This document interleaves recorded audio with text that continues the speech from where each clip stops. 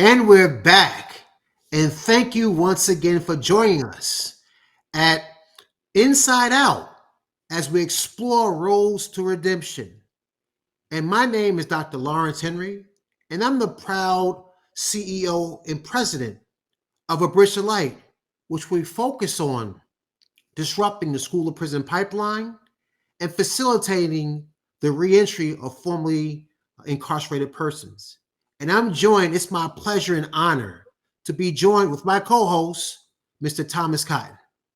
Hey everyone, my name is Thomas Cotton. I'm the founder and CEO of Redemption and Advancement Alliance, where our mission is to disrupt the cycles of incarceration by focusing on the most important part of the process, the person. So if they're better, everything else is better. Excellent, excellent, excellent. In shows past, our episodes haven't gone too much longer than 30 minutes, 25 minutes, and that's on purpose because we want to just give you something very thoughtful so we could take back in communities and ask more probing questions. And in future conversations, uh, prayerfully, we'll get back to those questions and drill more deep into those conversations. We don't want to spend too much time on them, like an hour or 2 hours. We just want to really just orient you to the problem and how we see possible solutions. With that, most recently, we looked at a show with respect to chronic and contagious diseases. And we just identified the problem. We identified the problem with the individual being the possible justice involved person or the person incarcerated, and how these diseases or ailments may affect them internally or individually. However, when they get out, because they will get out, how do these issues, these chronic and or contagious diseases affect their families, affect their communities, and affect society? So it's just not an isolated thing with respect to just affecting the justice involved person. We spoke about chronic diseases with respect to asthma, bronchitis, hepatitis, diabetes, and the treatments, the limited treatments based on limited budgeting in correctional facilities to further enable that. And those limited budgets affected the amount of staff persons that were involved to further enable proper treatment. And Thomas, can you speak about some of the contagious diseases that we spoke about in the last meeting? Yeah, so we talked about hepatitis, as you mentioned, and then we tuberculosis, the different things. We didn't go into COVID, but COVID would have been one of them. Yeah. Some of the challenges to those were the overcrowding. You brought up overcrowding last time and how that leads to impacting people. We talked about the contagious diseases, transmitted diseases that can be a part of the incarceration system, and how they impact people. But one of the things we brought out also was before people have been impacted by the justice system or been incarcerated, they had different challenges already because they're in underserved communities. And so we want to make sure that the people that are already immersed in these negative environments and negative conditions, they go into even more negative conditions Right. that are overcrowded and so many other things. And so we talked a lot about how chronic and contagious diseases are spread and continued through these situations that people find themselves in. Yes. So that physical environment piece, as we spoke about the social determinants of health, the positive and or negative outcomes of those social determinants of health being access to healthcare, access to education, access to employment, one's social environment, and one's physical environment. One's physical environment and overcrowding and while being incarcerated can further exacerbate one's condition when it speaks to chronic diseases. Because again, as we spoke earlier about just the manner of care that may or may not be occurring, and how it can further facilitate the spread of a contagious disease. And what one area that we did speak about also with respect to contagious diseases is when you have overcrowding, the disease of violence. Disease of Right. violence, all types of violence, physical violence, emotional violence, fiscal violence, sexual violence, cultural violence, which speaks to the justification of physical and or structural violence because of one's identity. Right. So, we know that's called the triangle of violence. So, we know we want to drill, we want to kind of further investigate those pieces and get to the so what. Yeah, we identified all these problems, but so what? So tonight's episode, we're going to just talk about a few sustainable and realistic ways in which we believe can reduce the effects of chronic and or contagious diseases in the justice for the justice of all persons. But what we don't want to do, we don't want to oversimplify. We don't want to oversimplify the problem because these are very unique problems because everyone, as Thomas has mentioned in several episodes in the past, everyone is an island. So that speaks to specialized care and treatment. And Thomas, if you could take us further into that, I'll appreciate it. Yeah, definitely. One of the things you brought up is the violence and that aspect of it. I mean, the whole process of incarceration, and when we talk about healthcare and the lack thereof, this is a traumatic process, the Yes. whole traumatic process. So we can't leave out the mental health aspect of it and how much it weighs on a person.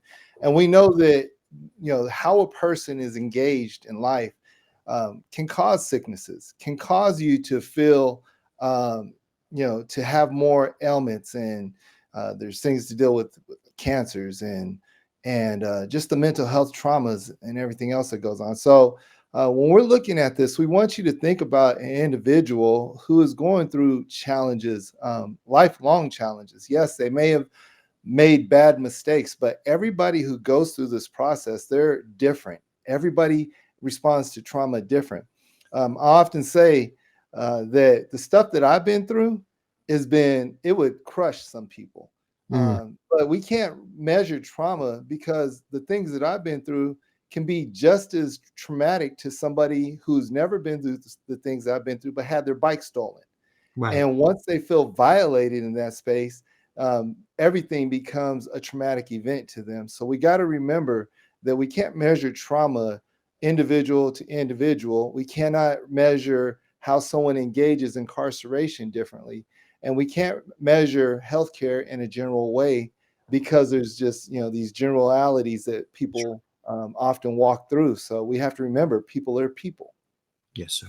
Yes, sir. And those general concepts or oversimplifications, one would just say, "Well, just build new structures, or Right. just add more funding to it, or more personnel, or just do their job." Well, it's not that simple. It's not that simple, especially when dealing, as we mentioned before, in episodes in the past, when dealing with the stakeholders, the political determinants of health, or those with access to power and money. They may not see the problem in the prison as we see it. So, how do we make the argument? How do we make the arguments to convince those at the local level, state level, and federal level to apply funds to facilitate housing for those chronically ill or those that are chronically ill to the point where they won't be with us very long. So how do we Right. get them out of general population and move them to a location where they can live their last days honorably? Right. How do we move those with contagious diseases in areas of the correctional facility to facilitate their care and to reduce the spread? But just saying, let's just apply resources, apply money. It's not that easy because there's a fiscal cycle at the Mhm. local level, at the state level, at the federal level, and it takes time through the bureaucratic channels to enable that. So to just simply to wave our hand and say, "Why don't they just do that?" It's much more complicated at times to facilitate an overnight solution. Right. Before I get into this, let's say like, subscribe, share, engage. This is a great platform for us to have this dialogue on. And so we feel like we're giving information that sparks thought, sparks conversations. You can have these conversations anywhere you go. So make sure you like, share, subscribe with people you want to have this conversation with to continue moving it on. You brought up some key areas: the aging population, the changing needs, the health concerns, chronic health concerns that people have already pre-incarceration and even post-incarceration. One of the biggest challenges to incarceration and what we're dealing with here in America is systems. Mhm. When we talk about our financial systems, we could talk about our incarceration systems, our education systems. And this is an opinion that I have, but I think when I share this, people will understand. To try to go and deconstruct systems and really begin to sew into those systems new ways of doing things, that's a hard thing to do. Yes. And because the construction of these systems has been going on for centuries. And so it's protecting a way of life, it's protecting things the way they are.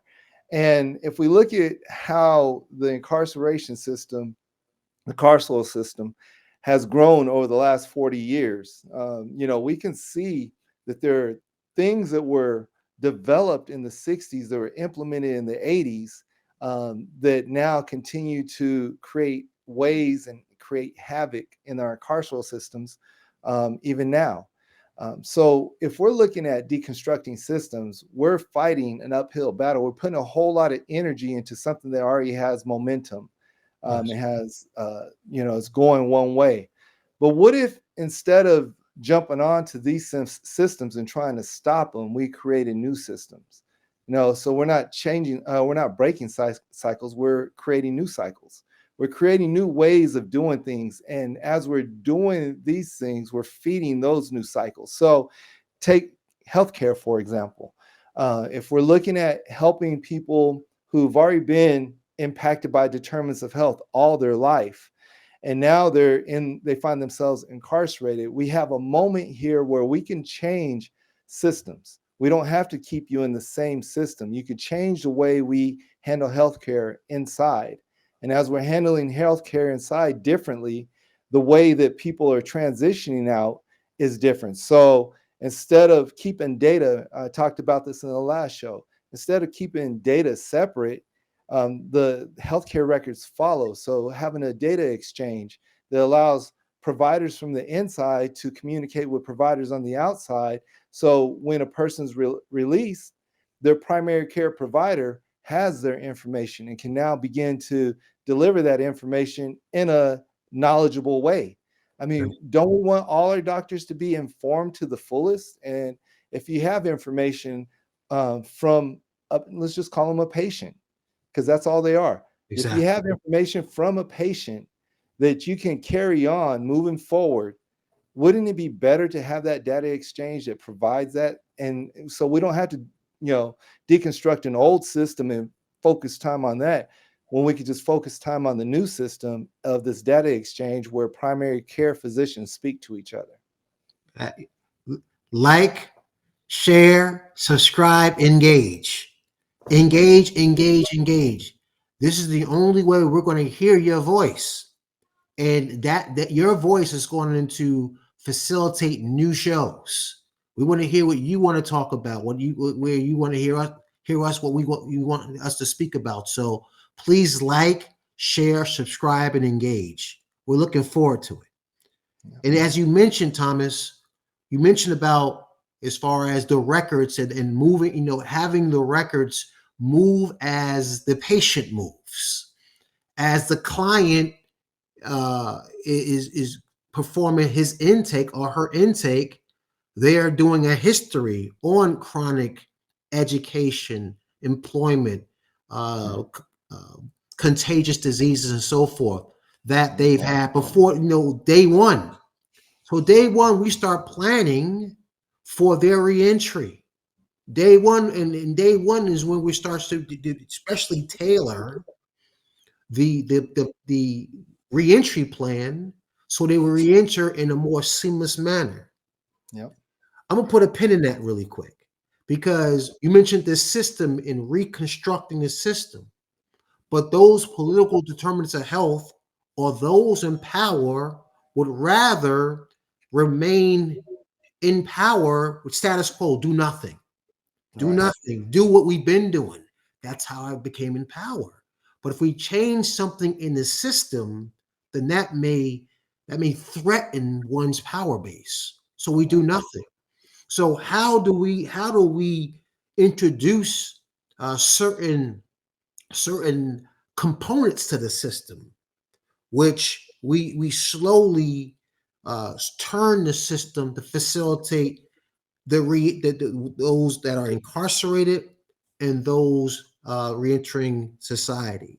And as you mentioned, a small change with respect to just tracking one's health, mental, and education and so forth from day one to day 90 to day 180, and as they're attempting to re-enter, facilitate or enable them to invest in programs where their reentry will be seamless because they're meeting with the entities that will take over and bring them across the bridge, into society. Mhm.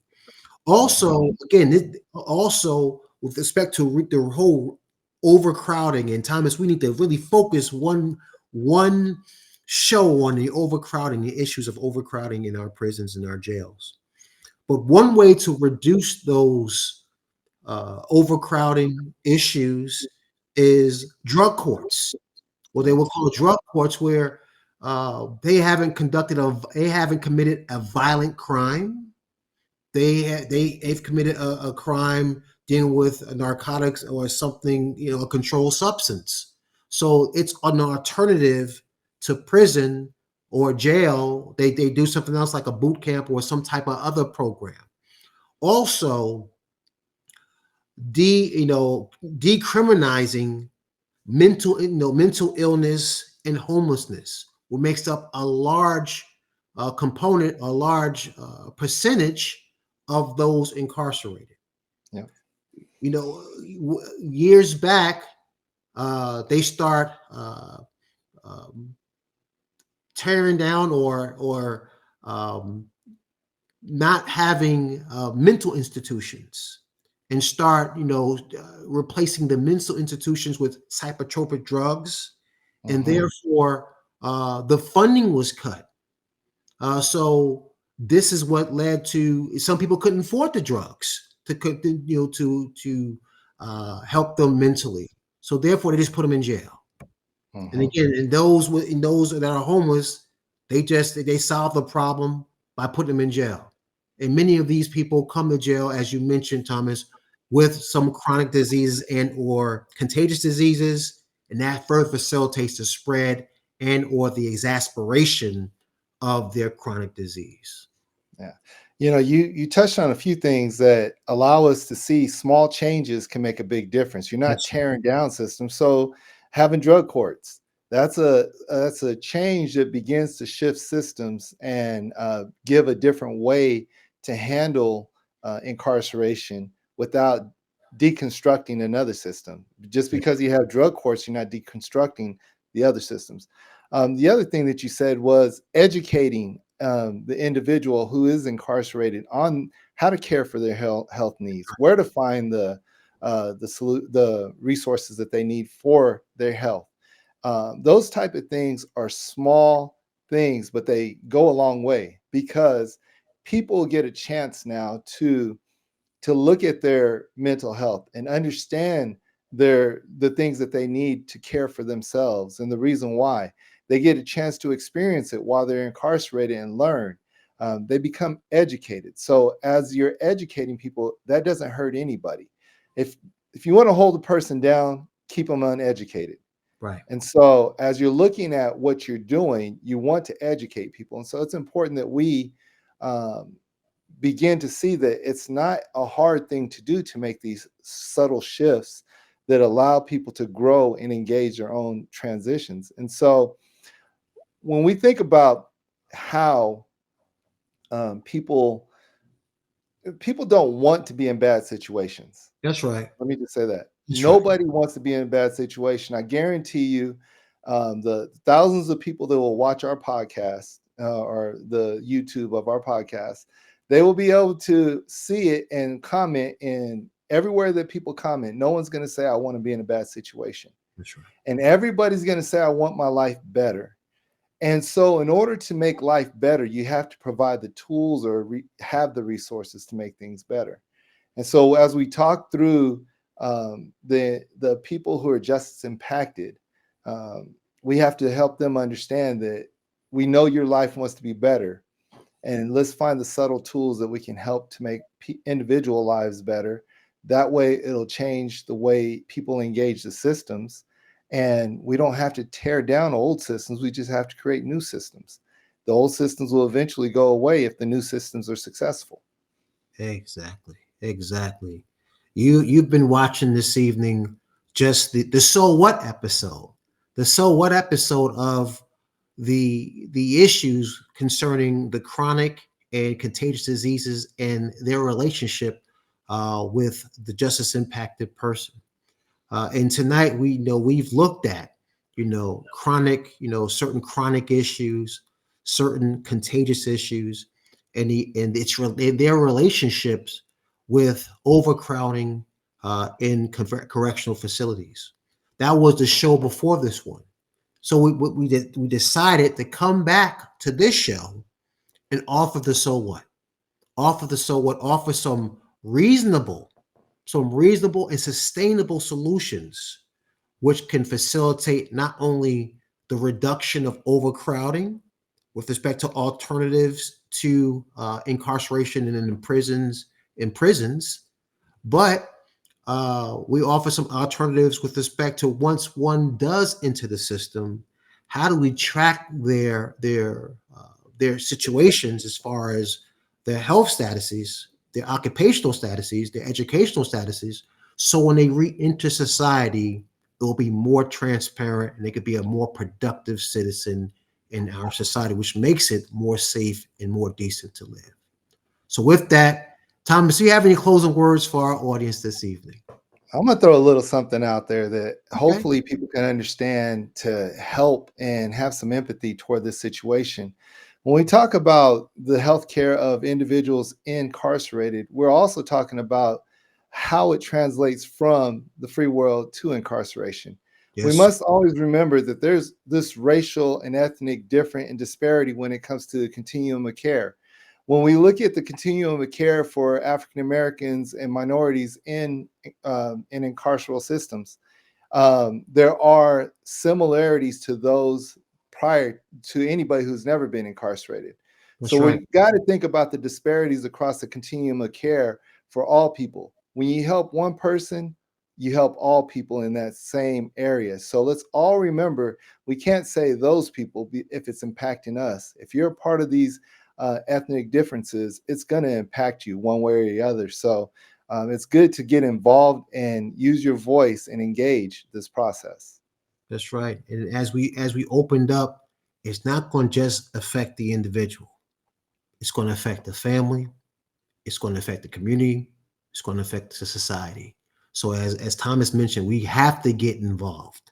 We have to convince the power brokers to allocate resources and time and personnel and expertise in these areas in the corrections system to facilitate the rehabilitation and reentry of our returning citizens. Yeah, I have one more thing. Yes, We sir. started this podcast because of our engagement with Morehouse School of Medicine. And we've been able to learn and educate ourselves through the magic program at Morehouse School of Medicine. This is where we have to start challenging other HBCUs to be involved, to create programs that begin to engage determinants of health for those who are impacted by the justice system. not just because it's a Black thing or any of these things, but we are positioned well. HBCUs are positioned well to engage these kind of challenges, and we know that there's multiple challenges across the board.